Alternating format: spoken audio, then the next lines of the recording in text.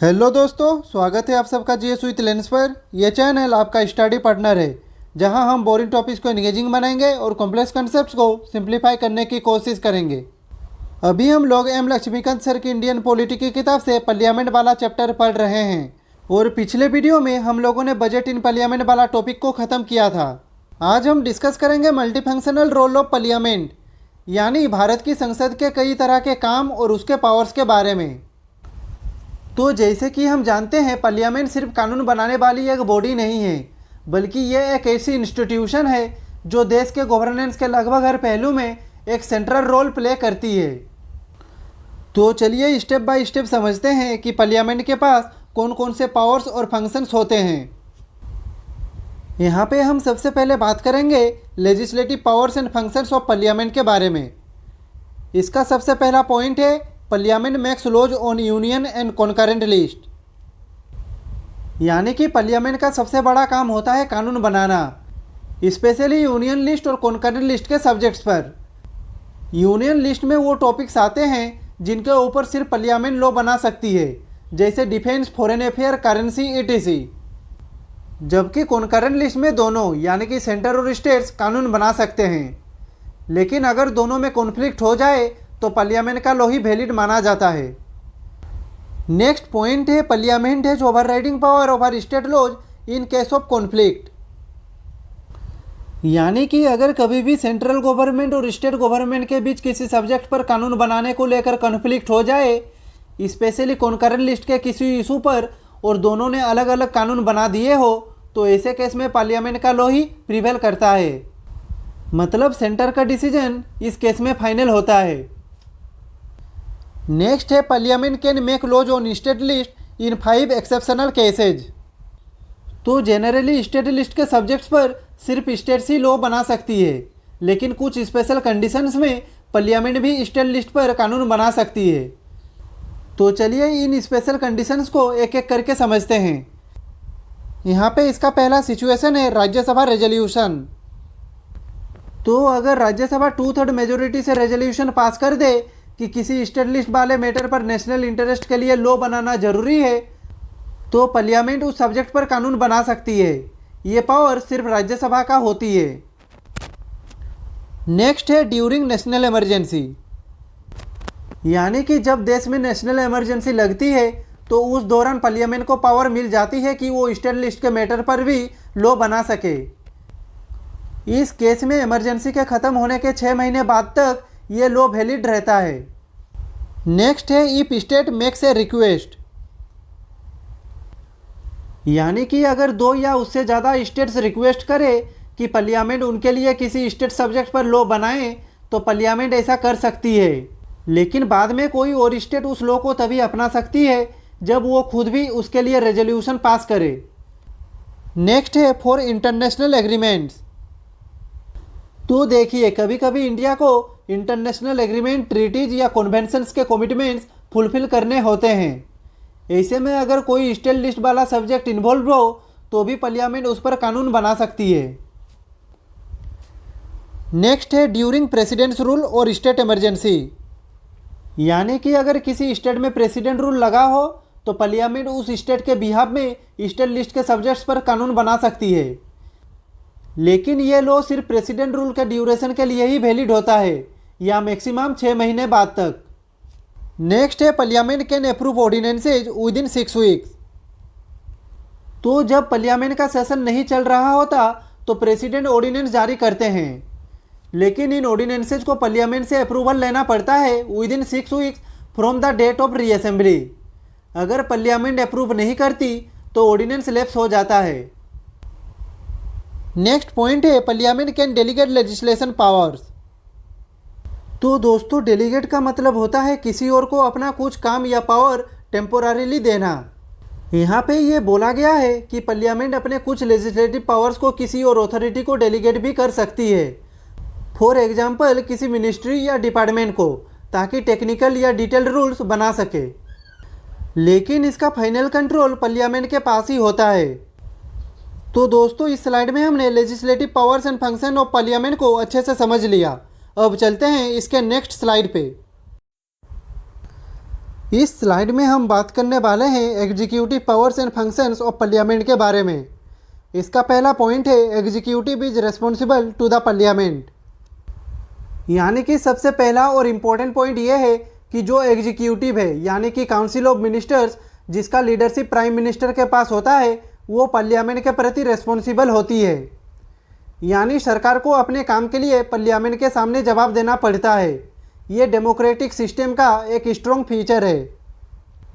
अब बात करते हैं पार्लियामेंट एग्जीक्यूटिव पर कंट्रोल कैसे रखती है। तो parliament control through question our and zero hour. तो कंट्रोल करने का पहला तरीका होता है क्वेश्चन आवर। इस वक्त एमपी सरकार से सवाल करते हैं और उनके काम का हिसाब मांगते हैं।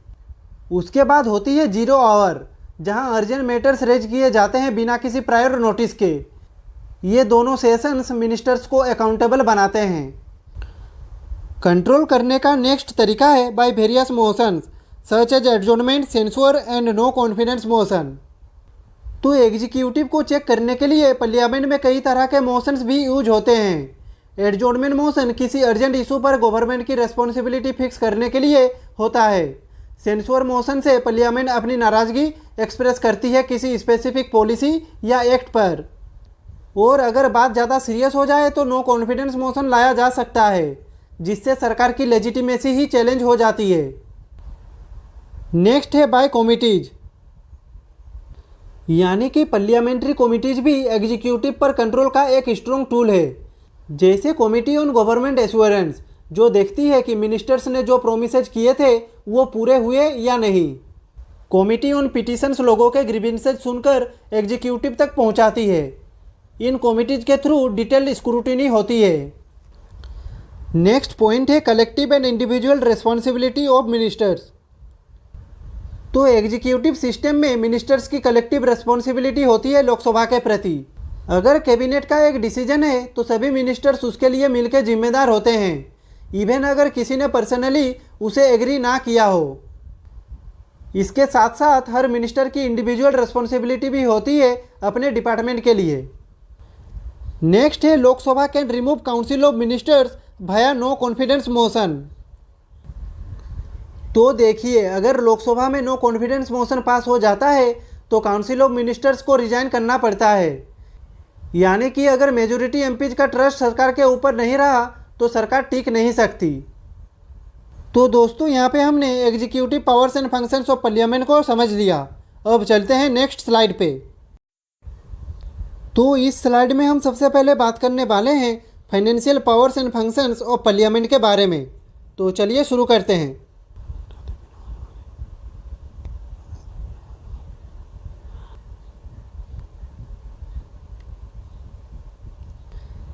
यहाँ पे सबसे पहला पॉइंट है नो टैक्स और एक्सपेंडिचर विदाउट पार्लियामेंट्री अप्रूवल।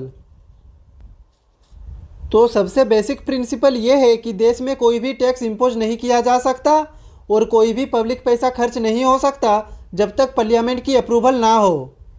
यानी गवर्नमेंट को हर पैसा पार्लियामेंट की मर्जी से ही लेना या खर्च करना पड़ता है। यही फाइनेंशियल अकाउंटेबिलिटी का फाउंडेशन है। नेक्स्ट पॉइंट है बजट प्रेजेंटेशन एंड अप्रूवल। तो हर साल सरकार यूनियन बजट प्रेजेंट करती है पार्लियामेंट में।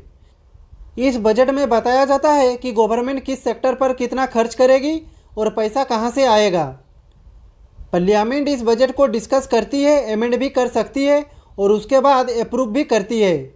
जब तक पार्लियामेंट पास नहीं करती बजट इम्प्लीमेंट नहीं हो सकता। नेक्स्ट पॉइंट है parliament controls financial matters through budgetary and post budgetary control and financial committees. तो पार्लियामेंट का रोल सिर्फ बजट पास करने तक सीमित नहीं होता, उसके बाद भी पोस्ट बजटरी कंट्रोल के थ्रू पार्लियामेंट इंश्योर करती है कि पैसा सही जगह पे सही तरीके से खर्च हो रहा है या नहीं।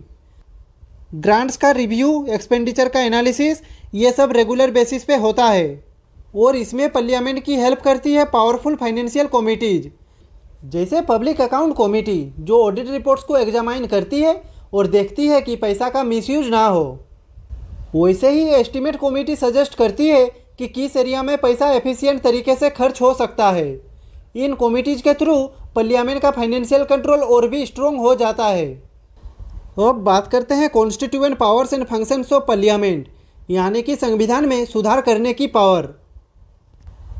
तो पार्लियामेंट को पावर है कि वो कॉन्स्टिट्यूशन में अमेंडमेंट्स कर सके, यानी अगर किसी लॉ या प्रोविज़न को बदलना, ऐड करना या हटाना हो तो वो पार्लियामेंट ही कर सकती है, लेकिन कुछ स्पेशल प्रोसीजर्स के साथ। तो चलिए इन्हीं प्रोसीजर्स को एक एक करके समझते हैं। पहला प्रोसीजर है बाय सिंपल मेजोरिटी। तो कुछ छोटी अमेंडमेंट्स जैसे कि formation of new states, language schedule में चेंज या सैलरी ऑफ एमपीज, इनको सिंपल मेजोरिटी से पास किया जा सकता है। सिंपल मेजोरिटी का मतलब होता है प्रेजेंट एंड वोटिंग मेंबर्स में से मेजोरिटी। नेक्स्ट है अमेंडमेंट बाय स्पेशल मेजोरिटी। तो जब बात इंपॉर्टेंट प्रोविजंस की होती है जैसे फंडामेंटल राइट, डीपीएसपी, प्रेसिडेंट की पावर, सीटीसी, तो ये चेंजेस सिर्फ स्पेशल मेजोरिटी से ही हो सकते हैं। स्पेशल मेजोरिटी का मतलब है 2/3 मेंबर्स प्रेजेंट एंड वोटिंग और overall majority of the house भी होनी चाहिए। नेक्स्ट है amendment by special majority plus state ratification. तो कुछ ऐसे भी प्रोविजंस है जिनके अमेंडमेंट के लिए स्पेशल मेजोरिटी के साथ साथ हाफ ऑफ द स्टेट्स का अप्रूवल भी चाहिए होता है, जैसे कि फेडरल स्ट्रक्चर को इफेक्ट करने वाले matters, election commission, supreme court और distribution of powers. Next point है some amendments can only be initiated by the parliament.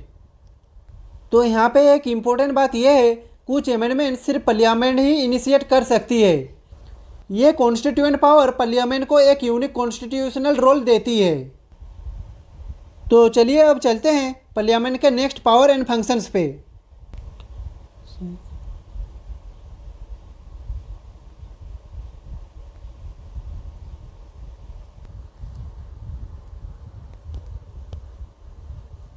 तो अब बात करते हैं पार्लियामेंट के कुछ जुडिशियल पावर्स की। जी हाँ, पार्लियामेंट सिर्फ कानून बनाने वाली बॉडी नहीं है, बल्कि कुछ ऐसे जुडिशियल टाइप फंक्शंस भी परफॉर्म करती है जो काफ़ी सीरियस और पावरफुल होते हैं। पहला है पार्लियामेंट इम्पीचेस प्रेसिडेंट। तो सबसे पहला और सबसे बड़ा जुडिशियल फंक्शन है प्रेसिडेंट का इम्पीचमेंट। अगर प्रेसिडेंट ने कॉन्स्टिट्यूशन का वायोलेशन किया हो तो पार्लियामेंट उसे इम्पीच कर सकती है, लेकिन ये एक डिटेल्ड और टफ प्रोसेस है जिसमें दोनों हाउसेज को स्पेशल मेजोरिटी से रेजोल्यूशन पास करना पड़ता है। नेक्स्ट है पार्लियामेंट रिमूव्स वाइस प्रेसिडेंट। तो वाइस प्रेसिडेंट को रिमूव करने का प्रोसेस अलग होता है। यहाँ पे राज्यसभा एक रेजोल्यूशन पास करता है इफेक्टिव मेजोरिटी से और उसके बाद लोकसभा उसे सिंपल मेजोरिटी से अप्रूव करता है। ये भी एक जुडिशियल टाइप एक्शन ही होता है। नेक्स्ट है पार्लियामेंट रिकमेंड्स रिमूवल ऑफ जजेस एंड की कॉन्स्टिट्यूशनल ऑफिसर्स। तो पार्लियामेंट के पास पावर होती है कि वो सुप्रीम कोर्ट और हाई कोर्ट के जजेस को रिमूव करने के लिए मोशन इनिशिएट करे। इसको कहते हैं इम्पीचमेंट ऑफ जजेस और इसमें स्पेशल मेजोरिटी चाहिए होती है दोनों हाउसेज की।